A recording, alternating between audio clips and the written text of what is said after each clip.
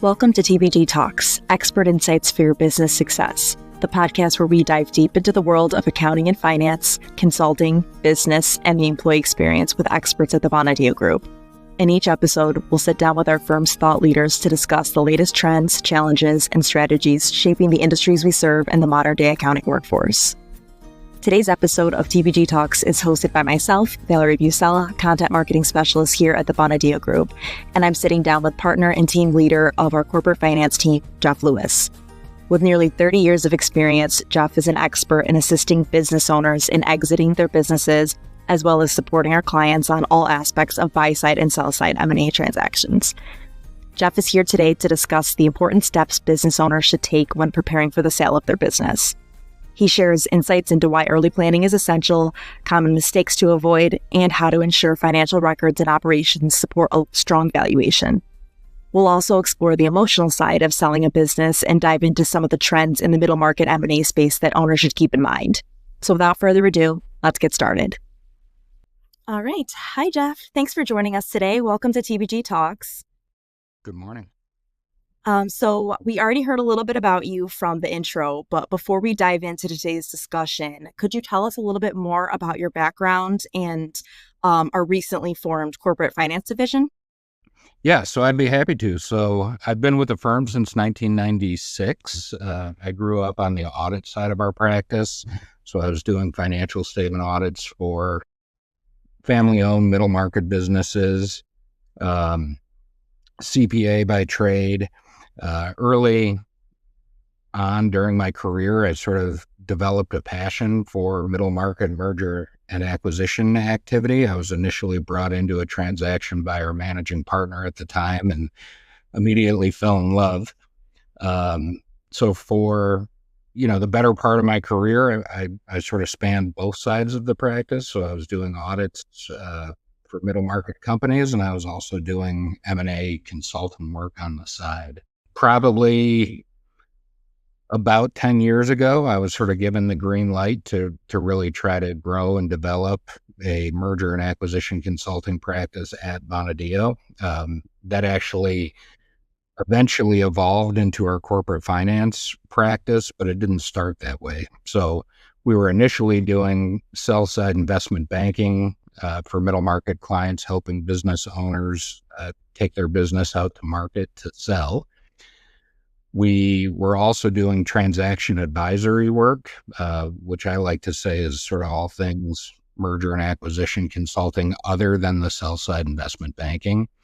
And then eventually in May of last year, we took those two practice areas along with the firm's business valuation practice and sort of consolidated all three under a corporate finance umbrella, which I currently lead for the firm. Why did the firm make this shift to the corporate finance division?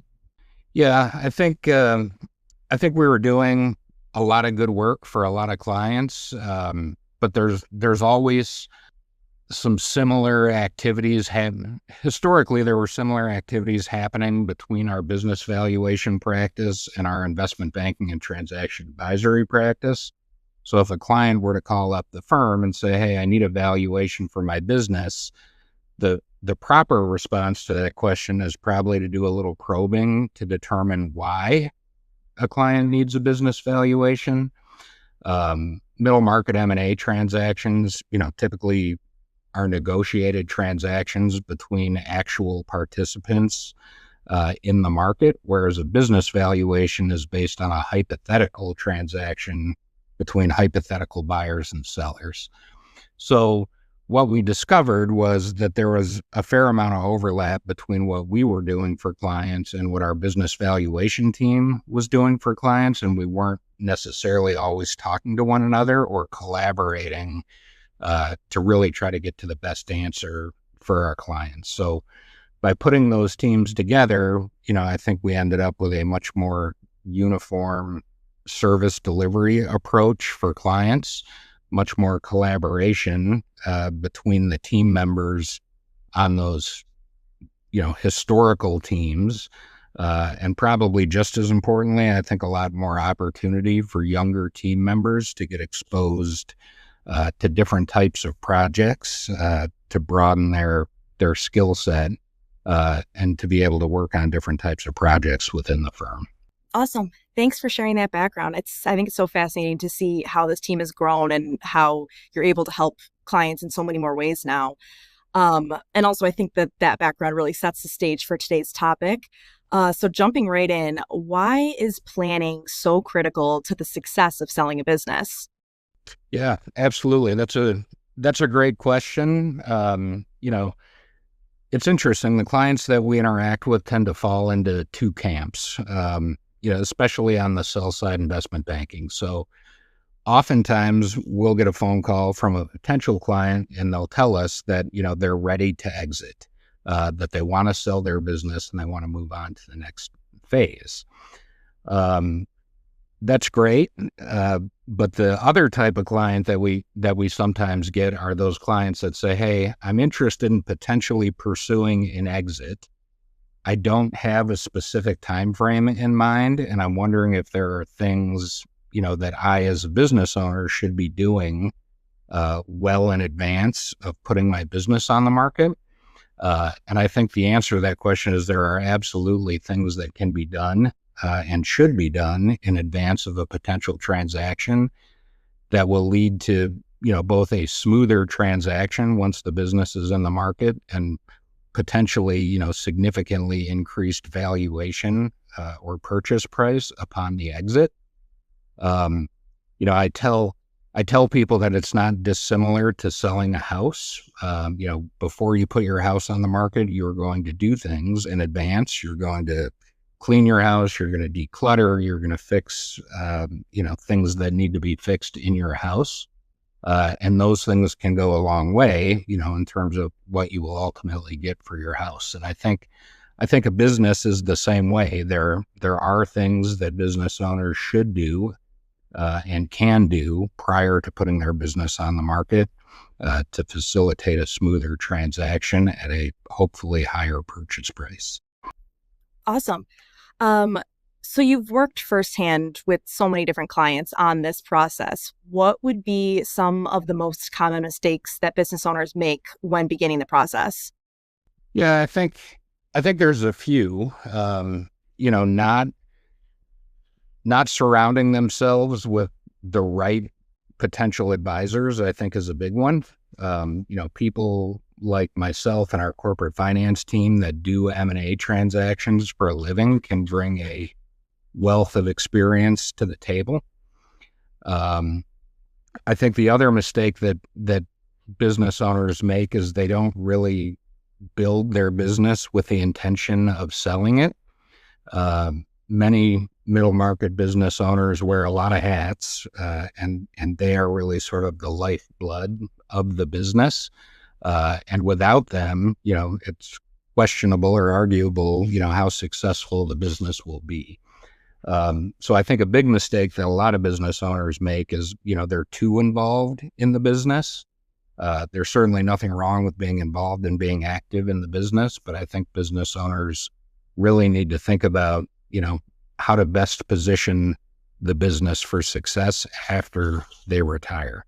So by surrounding themselves with a strong management team, documenting procedures and processes, all these sort of activities, that can make the business succeed long after that business owner retires, I think, is really important as a business owner thinks about a potential exit.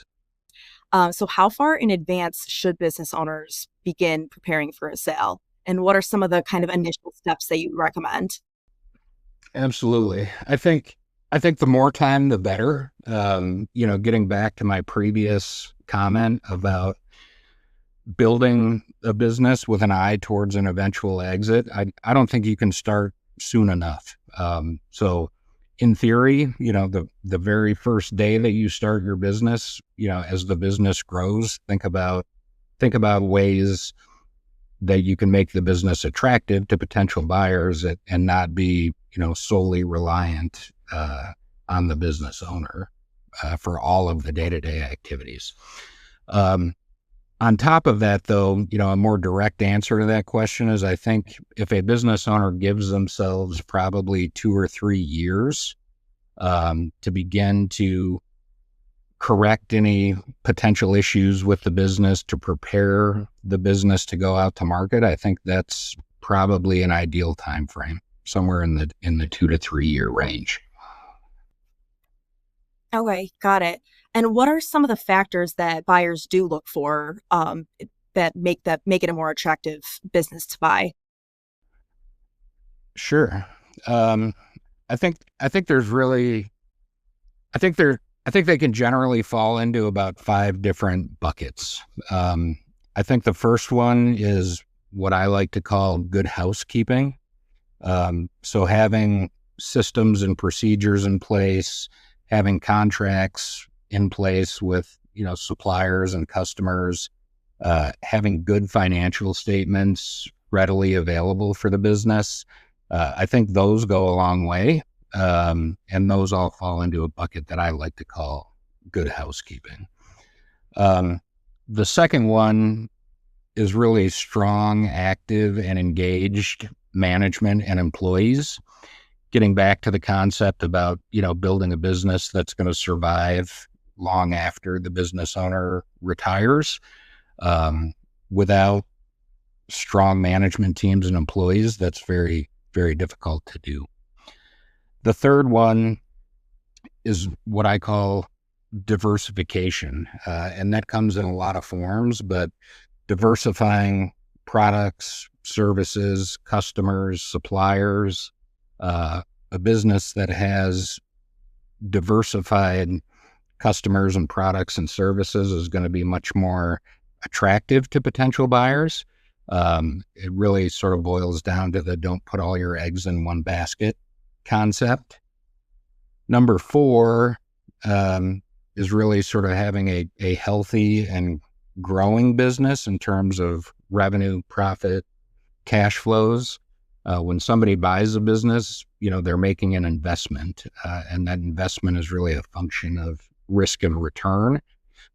So a business that's growing and profitable is naturally going to be more attractive to a potential buyer than a business that's maybe stagnant or in decline. And then the fifth thing is really competition among potential buyers. So businesses are a little unusual in that, there's really not much in the way of comps. So unlike selling your house where you go, hey, my house is in this neighborhood, in this city, in this many square feet, you can usually find, historical sale transactions for similar houses. Businesses are unlike that, though. They're very unique. So it's hard to find comps. Therefore, in order to really understand and know what your business is actually worth in the marketplace, I think you really need that competition piece. You need to get the business out in the market. You need to get potential buyers competing against one another, making offers and terms, and having a good investment banker at the table to help negotiate and navigate that process, I think is really important. But sometimes our corporate finance team will get a call from somebody that says, hey, I have an offer to sell my business. I think it's a good price. I've only talked to one potential buyer. They're the ones that are at the table right now.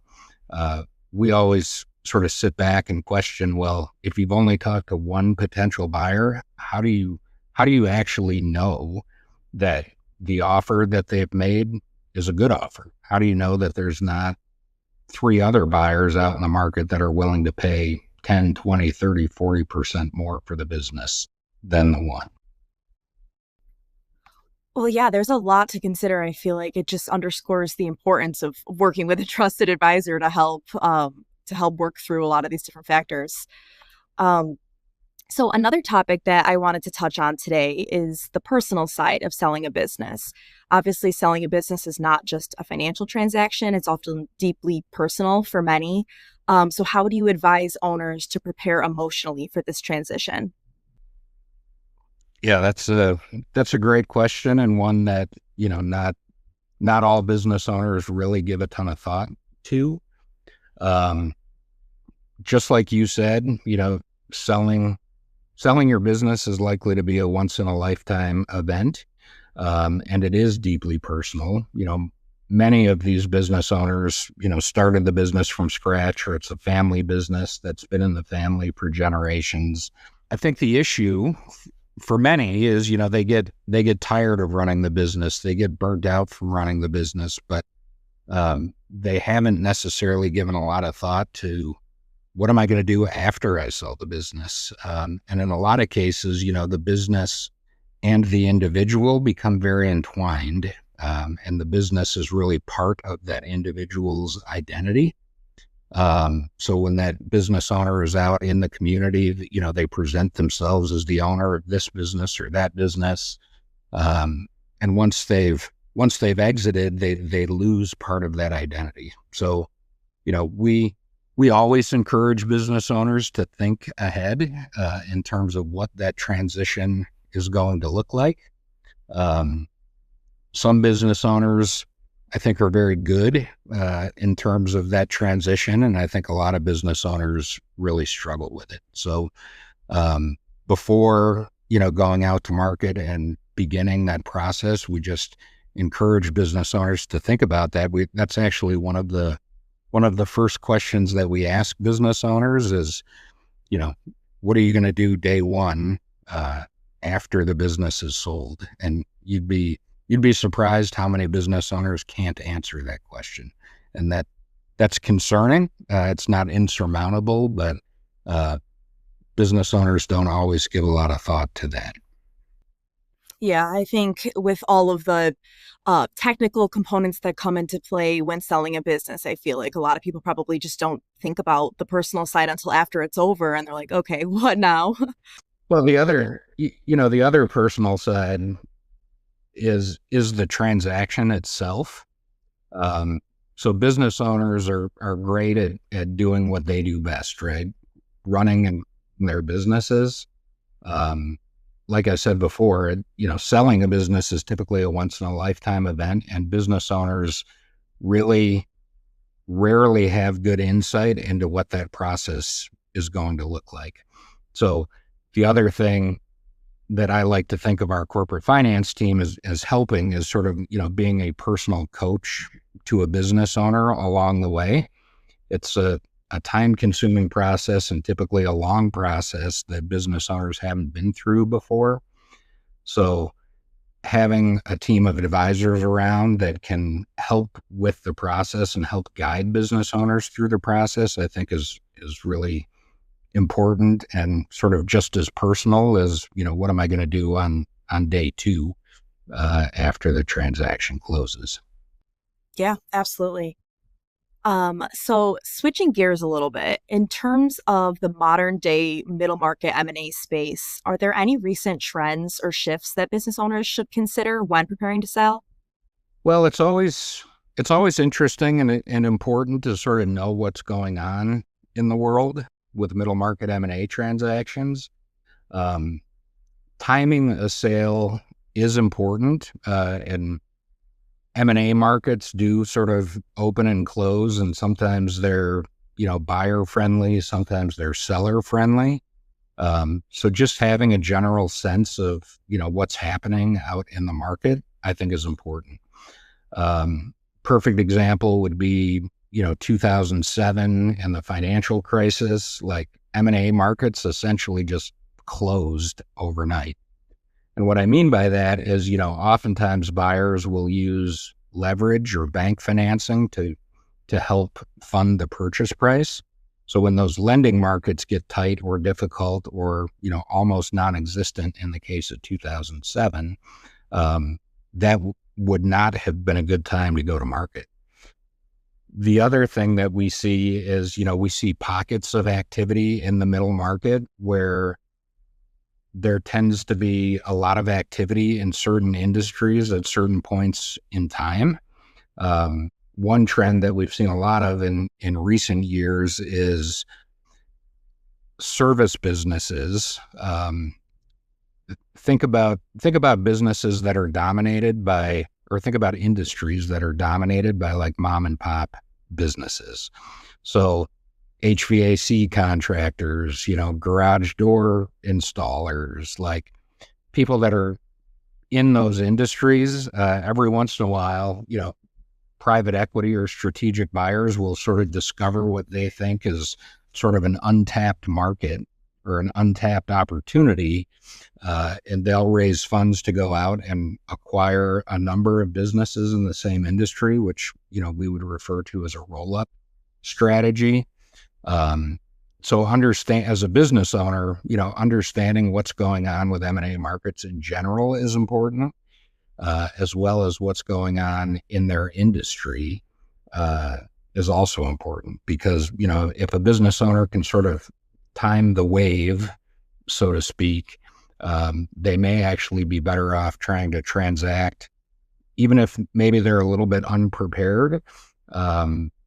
There may be an opportunity to transact at, higher valuations because of what's going on in their industry. Right. Okay, yeah, those are great points for business owners to be aware of as they start their selling journey. So we've covered a lot of ground today. So to wrap up this portion of the conversation, if you could give one piece of advice to business owners considering selling their company, what would it be? It would be sort of a double answer. And by that, I would mean, start early and surround yourself with advisors that have done it before. I can't express enough how important it is to have transaction professionals at the table that do M&A transactions for a living. So those would really be the two pieces of advice I would have: is start early so you can make changes that are going to significantly affect the value of the business or the attractiveness of the business in the market, and surround yourself with transaction advisors that have done it before. Well, thank you so much. Before we officially finish for today, we like to ask all of our guests for a podcast or a book recommendation. It does not need to be related to accounting, consulting, selling your business, anything along those lines, although it certainly can be. But it could be about anything. Yeah. Probably the one that initially comes to mind for me is a book called Mergers and Acquisitions by Dennis Roberts. Dennis Roberts is a middle market M&A advisor, does the same types of transactions that our corporate finance team does. He wrote a book probably 10 years ago it's really geared towards entrepreneurial business owners that are thinking about exiting. So he walks them through many of the aspects of a typical M&A transaction and uses, real life examples. I think it's a great book for any business owner that's thinking about a potential exit and is curious what the process may look like. For our listeners who may be interested in checking out Jeff's recommendation, it will be linked on our website and our Spotify. All right. Well, this was a great conversation. Thank you so much for joining us today, Jeff. You're welcome. Thank you for having me. That wraps up our interview with Jeff Lewis. We hope you found this episode insightful and informative. Be sure to subscribe to our podcast for more episodes featuring our thought leaders. And if you're interested in checking out Jeff's book recommendation, it has been linked on our Spotify as well as the TBG Talks page of our website. Thanks for listening, and we'll see you next time.